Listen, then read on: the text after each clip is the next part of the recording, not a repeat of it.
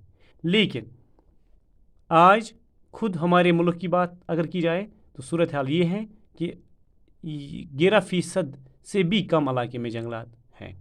یعنی خود اگر ہم ہندوستان کی بات کریں, اپنے ملک کی بات کریں, تو 33% بڑی دور کی بات ہے. ہمارے یہاں 11% سے بھی کم, یعنی 33 کا بھی تیسرا حصہ جو ہے وہ ہمارے پاس موجود ہے. اور اسی وجہ سے ہمارے یہاں موسموں کا چلن جو ہے وہ بدل گیا. یعنی یہاں پہ ہم نے ایک اور بات پائی, جو جنگلات ہیں ان کا موسموں پہ اثر رہتا ہے. ہم نے دیکھا کہ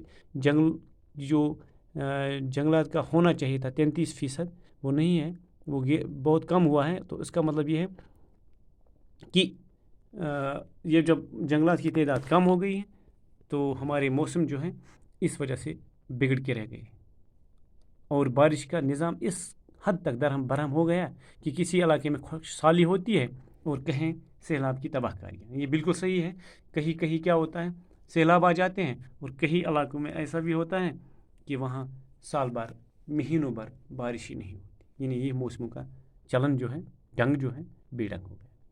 اسی طرح سے ہم نے ایک اور بات یہاں پہ یاد رکھنی ہے, چونکہ انسان نے بہت ترقی کی ہے. ترقی میں دو رخ ہوتے ہیں, دو پہلو ہوتے ہیں ہر چیز کے.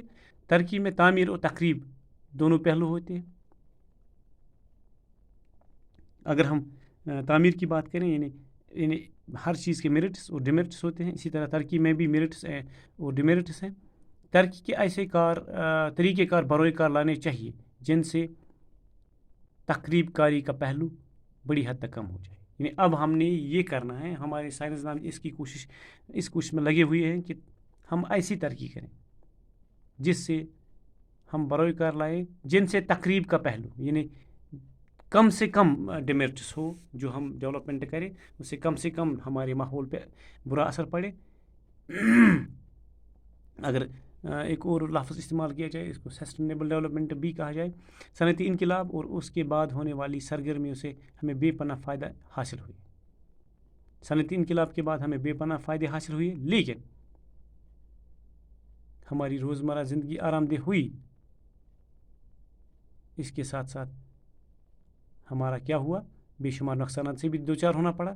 سرسبز اور شاداب جنگل جو ہیں ویرانوں میں تبدیل ہو گئے. شہروں کی ہوائیں مسموم ہو گئی. دریاؤں کا شفاف پانی پینے کے لائق نہیں رہا. یہ ہے ہماری ترقی. یعنی ہماری ترقی میں کیا ہوا, تخریب کاری زیادہ دکھ رہی ہے. ترقی ہو گئی لیکن ہم سرسبز اور شاداب جنگلوں سے محروم ہو گئے. شہروں کی ہوائیں جو ہیں وہ سانس لینے کے قابل ہی نہیں رہی. جیسے ہم نے دیکھا ہندوستان میں دلی جو ہے سب سے پولوٹڈ سٹی مانی جاتی ہے.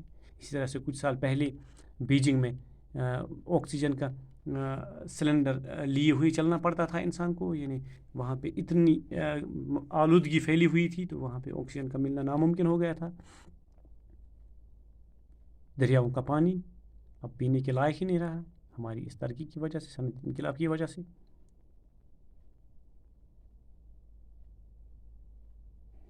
ہوا اور پانی کی کثافت سے بہت ساری بیماریاں عام ہو گئی.